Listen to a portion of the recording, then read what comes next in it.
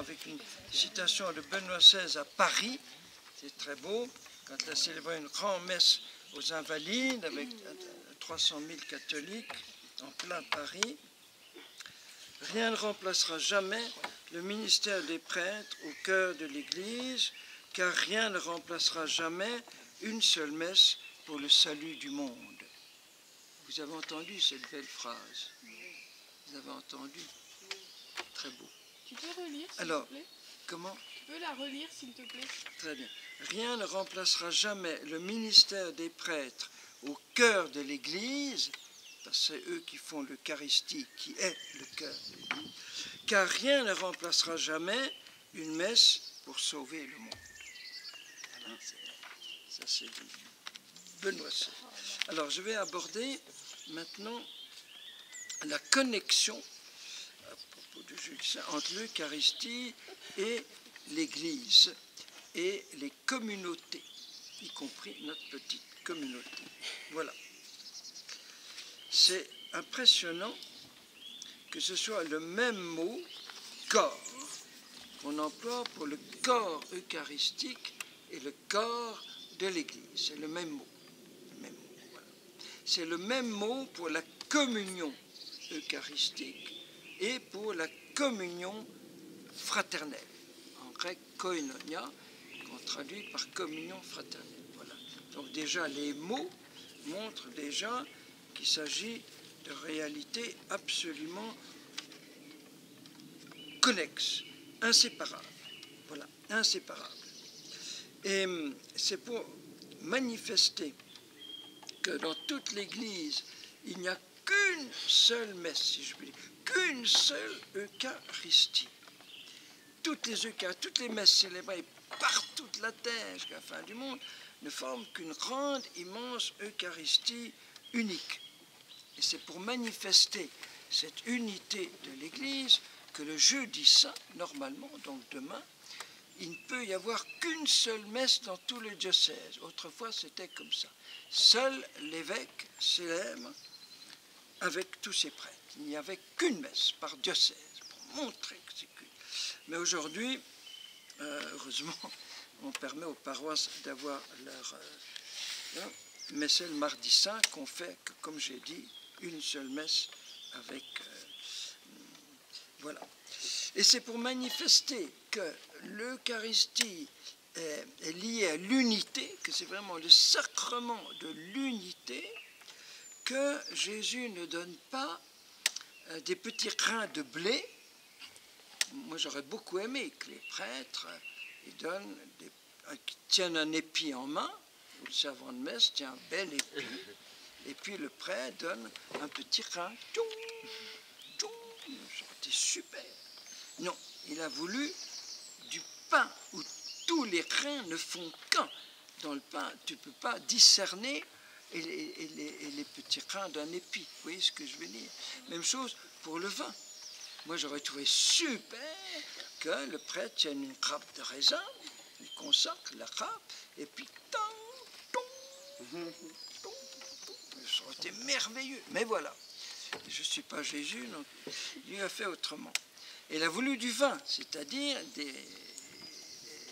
où tous les individus, les petites grappes individuelles, sont fondues en un pour manifester cette unité. Et vous avez cette très belle prière que j'ai dite ce matin, que j'espère va être réintroduite à chaque messe, la prière de la Didaché. La Didaché, c'est un des plus anciens textes, même le plus ancien, je crois, dès le 1er siècle, avec des formules pour la messe, etc. La Didaché. Et il y a cet admirable passage, comme les grains de blé, voilà, les petits grains de blé, disséminés sur les montagnes, dans tous les champs de blé, ont été recueillis pour ne faire plus qu'un seul pain. Des milliers d'épis pour un seul pain. Ainsi rassemble ton Église des 4 vents dans le royaume que tu as préparé. Et déjà dès le 1er siècle, ils avaient développé cette admirable image, voyez. Et que saint Paul va synthétiser en disant « Nous ne sommes tous qu'un seul corps car nous avons part au seul et unique pain et à la seule et unique coupe. Voilà, nous buvons tous le même sang de Jésus, au même calice, et nous communions au même pain eucharistique, toujours pour manifester la connexion, vous voyez. Et c'est pour ça qu'on ne peut pas séparer le sacrement de l'Eucharistie du sacrement du frère, comme on dit en Orient. Mon frère et ma sœur est un sacrement, pas au niveau canonique, tout ce que vous voulez, mais parce qu'il est le signe, la manifestation physique, tangible. Je peux toucher, voir, entendre mes frères et sœurs, quelque chose de très matériel, parce que je vénère la présence de Jésus en eux. Et dans la communauté, la même chose. Là où 2 ou 3 sont réunis en mon nom, moi, je suis là au milieu d'eux. Vous voyez? Voilà. Et donc, Jésus a voulu que son corps soit brisé, et puis à la messe, il y a la brisure de l'hostie, pour guérir l'humanité, les familles, les pays, de toutes les brisures, pour qu'on cesse de s'auto-briser, de briser l'unité de l'humanité et de l'Église. Il a voulu encore briser. Et le mot fraction du pain, donc on fractionne le pain, c'est pour nous guérir de toutes les fractures qui cassent l'humanité, toutes ces guerres, ces disputes, ces conflits. C'est pour ça que dans la belle prière eucharistique que nous disons chaque jour pendant le temps de la Passion, vous avez entendu cette phrase, lui en qui toutes les divisions sont abolies. Lui en qui toutes les divisions, tous les conflits, toutes les disputes, sont abolis. Voilà. Et spécialement abolis par l'Eucharistie, justement. Si l'Église ne forme qu'un seul corps dans le monde entier, avec des gens de toute race, classe sociale, langue, nationalité, toutes ces diversités, elles communient toutes au même corps et au même sang de Jésus.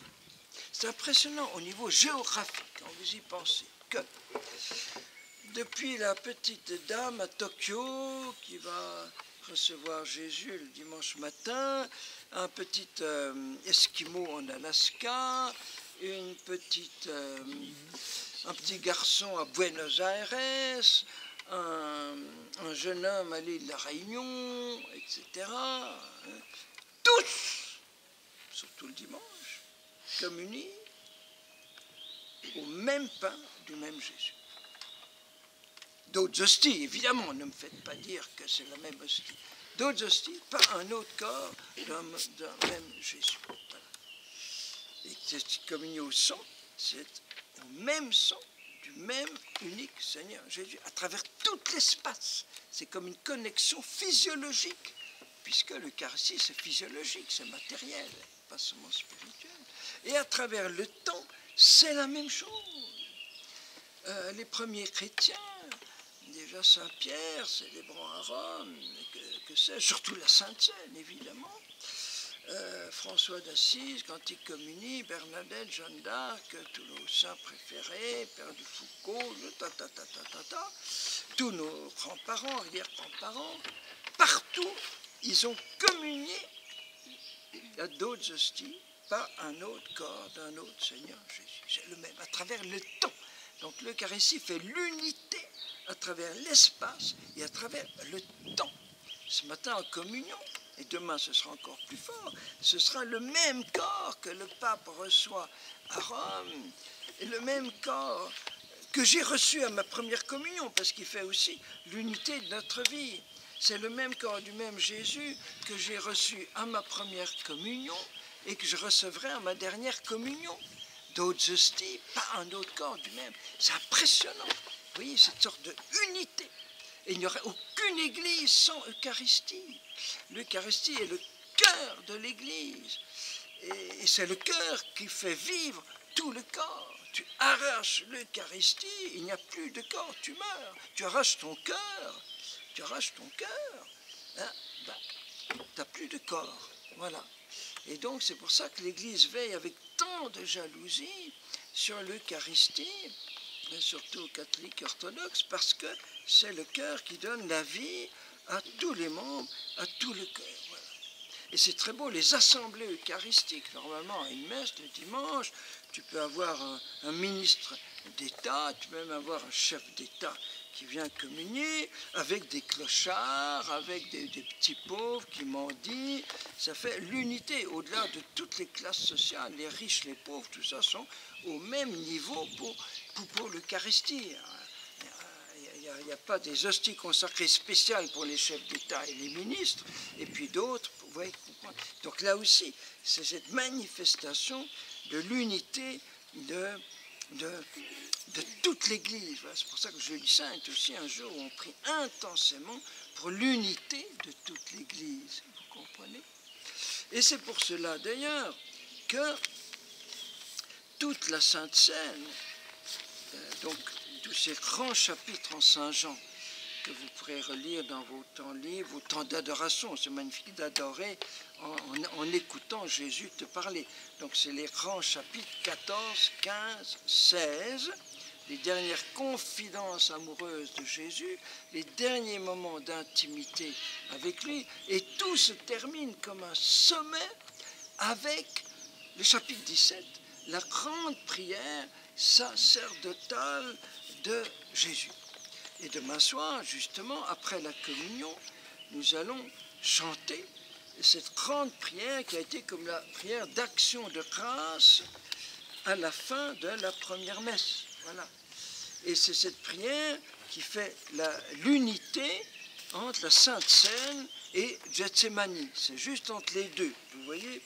Alors là, dans ma Bible, je vous conseille de faire comme moi dans vos Bibles, eh bien, annoter, mettre des couleurs et tout, ça permet de repérer plus vite. Eh bien, vous avez un mot, d'abord, il y a trois grandes parties. D'abord, Jésus prie pour lui-même. Père, glorifie ton Fils comme ton Fils te glorifie. Prie pour lui. Voilà, on a toujours le droit de prier pour soi. Deuxième partie, Jésus prie pour ses apôtres, ses disciples. D'abord, ses apôtres, voilà, j'ai manifesté ton nom aux hommes que tu as tirés du monde pour me les donner, ils étaient à toi, tu me les as donnés, etc. Donc ça, c'est les apôtres, c'est ses premiers prêtres. Et puis ensuite, il va prier pour tous, pour toute l'Église, toute l'humanité, tout le peuple de Dieu. Il va prier pour tous ceux qui vont croire en moi. Voilà. Voilà. Et ça, c'est la dernière grande partie. Et il y a un mot qui revient comme un refrain. Je crois que tu as calculé, Thérèse, il y avait combien de fois? Il y en a 16. Comment? 16. 16 fois le mot « donner ». Ceux que tu me l'as donné, je leur aurai donné, je leur donnerai ma gloire, le don, don, don, don. Vous voyez? C'est intéressant, quand on souligne, on peut remarquer des petites choses comme ça. Et c'est en même temps une grande action de grâce et en même temps une supplication. Et pourquoi est-ce qu'il supplie? Essentiellement pour l'unité des siens. Père, qu'ils soient un comme nous sommes un. Toi en moi, moi en eux, voilà, tous, je ne dirais pas se mélanger les uns à l'intérieur des autres, Jésus dedans moi dedans Jésus, Jésus dedans le Père dedans Jésus, donc le Père dedans moi, etc. Voilà, et il répète ça tout le temps, qu'ils soient comme nous, c'est-à-dire l'unité de la Trinité, rien de moins, qu'ils soient un comme nous, Père, Fils. Il met la barre archi haut, on ne va jamais y arriver, mais on tend à ça, que nos communautés soient aussi unies entre nous que le Père et le Fils dans la Trinité. Communion trinitaire, c'est-à-dire communion dans la différence, évidemment. Vous voyez? Et dans cette prière, on voit qu'on passe de la passion déjà à la gloire. Voilà, ça se termine comme ça, c'est magnifique, voilà. Donne-leur la gloire que tu m'as donnée depuis la création du monde. Vous voyez? Et puis il y a les mots de joie, de gloire, d'unité. Et les pères vont dire que l'unité substantielle, c'est l'Esprit Saint. La gloire, c'est l'Esprit Saint. La joie, c'est l'Esprit Saint. Voilà. Et donc cette grande prière qui est toujours actuelle jusqu'au retour en gloire de Jésus. Parce qu'il y aura encore des divisions, des conflits, des disputes jusqu'à la fin du monde, tellement nous refusons Jésus. Et donc c'est non-stop qu'au ciel, c'est une sorte de prière permanente, non-stop, que Jésus prie son Père pour l'unité. Voyez, l'unité de l'Église. Voilà. Et pour terminer avec notre propre communauté, avec chaque famille, chaque communauté, etc., eh bien, Jésus se donne à moi, mais il me donne aussi ses frères à aimer. Voilà. Il me donne ses propres frères. Le matin de la résurrection, il va dire à Marie-Madeleine, va trouver mes frères. C'est la première fois dans tout l'évangile que Jésus dit mes frères. Parce que tant qu'il n'a pas traversé ma mort, il n'est pas complètement, totalement mon frère. Il n'est pas totalement, complètement homme. Et saint Paul a un mot très fort à propos des disputes dans les communautés. C'est justement dans le plus ancien récit de l'institution de l'Eucharistie, avant même, semble-t-il, que Marc, Matthieu, Luc nous rapportent l'institution de l'Eucharistie, eh bien c'est en 1 Corinthiens 7 que je vous retrouve ça. 1 Corinthiens 7, il parle la nuit même où il fut livré, nous entendrons ça demain soir, mais il continue un petit texte qui ne vient pas dans la liturgie. Il va dire ceci, celui qui ne discerne pas le corps, et ça veut dire le corps de Jésus dans les frères, dans la communauté, dans l'Église. Attends, où est-ce que j'en suis? Qu'est-ce que j'ai dit? Attends, qu'est-ce que j'ai dit? Celui qui ne discerne pas les frères. Attends, j'ai donné une mauvaise... Attends, c'est quel chapitre? J'ai un trou dans la première... Au corps, voilà, pardon. C'est au chapitre 11.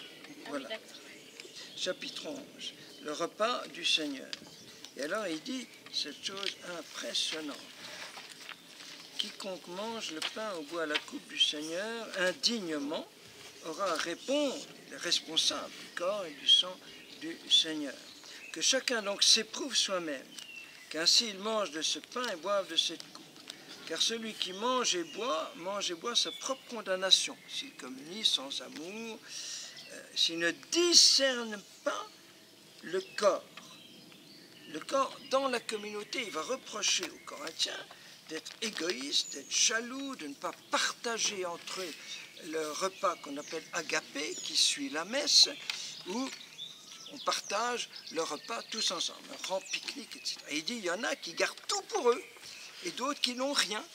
Eh bien, c'est un sacrilège eucharistique, vous comprenez? Si mes lèvres, qui ont été mouillées par le sang de Jésus, c'est les mêmes lèvres qui vont dire des calomnies, des insultes, des paroles blessantes. C'est un sacrilège eucharistique. Je viole, je profane, je sacrilège le sang de Jésus. Les lèvres qui ont reçu le sang de Jésus ne peuvent pas se mettre à dire des paroles de haine, de vengeance, de jalousie, tout ça, vous comprenez? J'attaque directement l'Eucharistie, vous comprenez? Voilà, j'ai reçu le corps de Jésus, eh bien, je dois en même temps recevoir le corps de mes frères et sœurs. Je ne peux pas détruire d'un côté le corps de la communauté par mes paroles méchantes, ou je ne sais pas quoi, et en même temps recevoir le corps de Jésus. Et c'est pour cela que dans toutes les liturgies, il y a le baiser de paix, qui normalement devrait se faire après à l'offertoire, parce que Jésus a dit, avant d'apporter ton offrande à l'autel, réconcilie-toi avec tes frères. Et concilie-toi. C'est pour ça que Benoît XVI a demandé que dans la réforme de la liturgie, on fasse comme ça.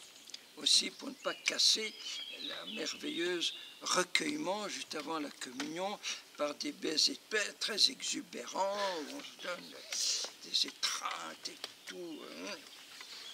Ça casse un peu toute l'ambiance. Alors il a dit le mieux c'est de le faire à la fin de la liturgie de la parole avant l'offertoire. Mais c'est typique, vous voyez. Voilà.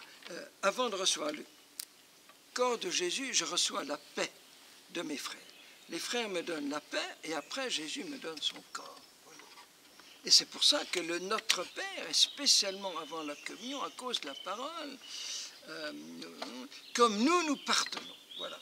Voilà. On s'engage à pardonner avant de recevoir le corps de Jésus. Vous voyez ? Et donc l'Eucharistie, c'est la source de toute charité. Voilà. Je ne peux pas adorer Jésus et mépriser mon frère. Je ne peux pas tenir Jésus en moi et le salir dans mes frères.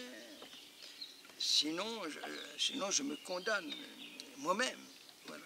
Si je fais chuter mon frère, que je le scandalise par quelque chose, c'est comme juger le Seigneur.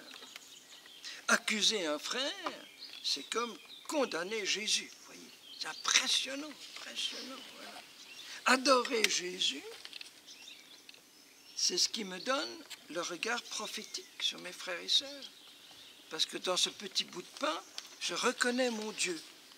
Et ça va m'aider pour reconnaître mon Dieu présent dans le cœur, dans l'âme de mes frères et sœurs.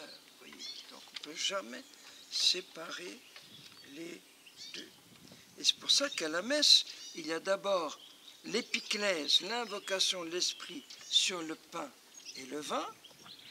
Seigneur, Père, envoie ton Esprit afin que, etc.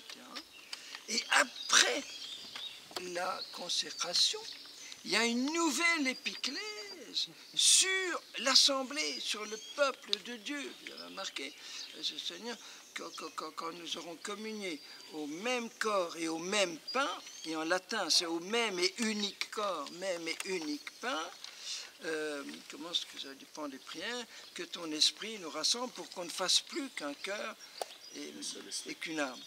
Un seul esprit, un seul corps. Voilà. Et c'est le même esprit qu'on invoque. Donc d'abord pain, vin, une fois que l'Eucharistie est fabriquée, sur la communauté. Amen. Amen. Tous ceux qui vont regarder, ils entendent la cloche et vont admirer mon obéissance à la cloche. Voilà. Tu stops.